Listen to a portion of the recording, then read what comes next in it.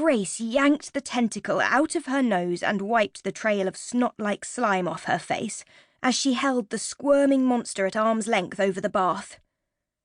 The master bathroom in the house by the river was usually gleaming white and peaceful. Today, not so much. "Mr. Harris!" she yelled. "For goodness sake, help!" The Cyclops lowered the TV magazine he was holding and peered over the top. "What's the matter?" he replied impatiently. "I'm trying to read."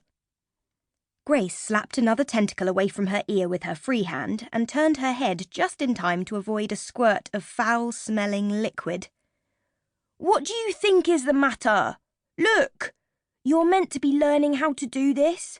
We're on a training exercise," she cried. "This bath dweller is crazy. It has more tentacles than I've ever seen, and I'm struggling to get it under control.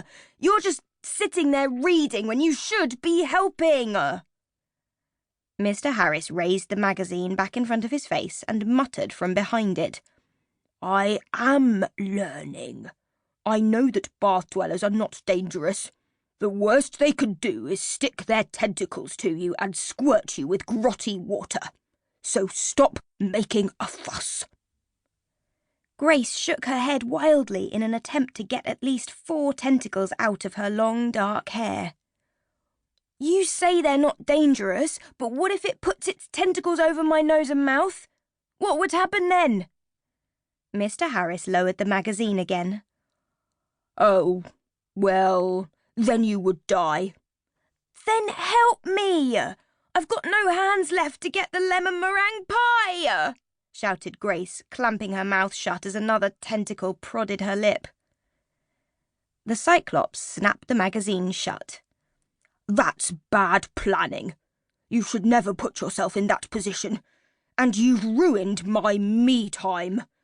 You're so dramatic, Doughnut Lady. Oh, it could kill me. Oh, it has so many tentacles. Oh, where's my exploding cake? Oh, help me, amazing Mr. Harris, help me." He tutted and shook his enormous head. If one of Grace's hands had been free, she would have slapped him.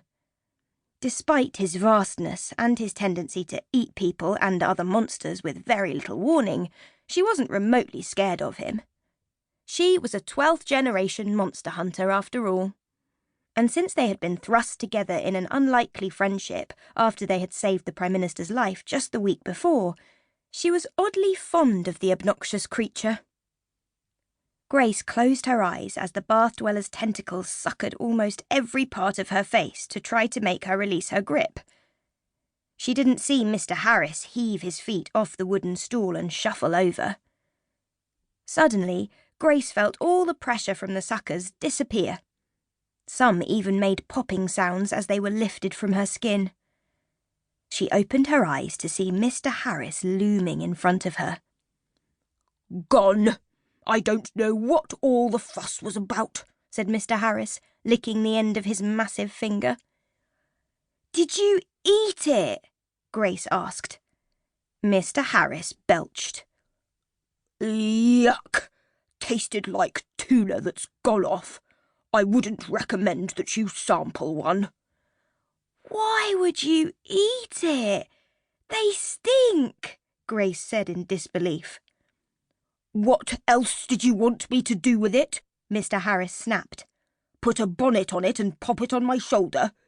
You were all screechy, and it was the quickest way to get rid of it. And not a word of thanks from you. Anyway, I was hungry,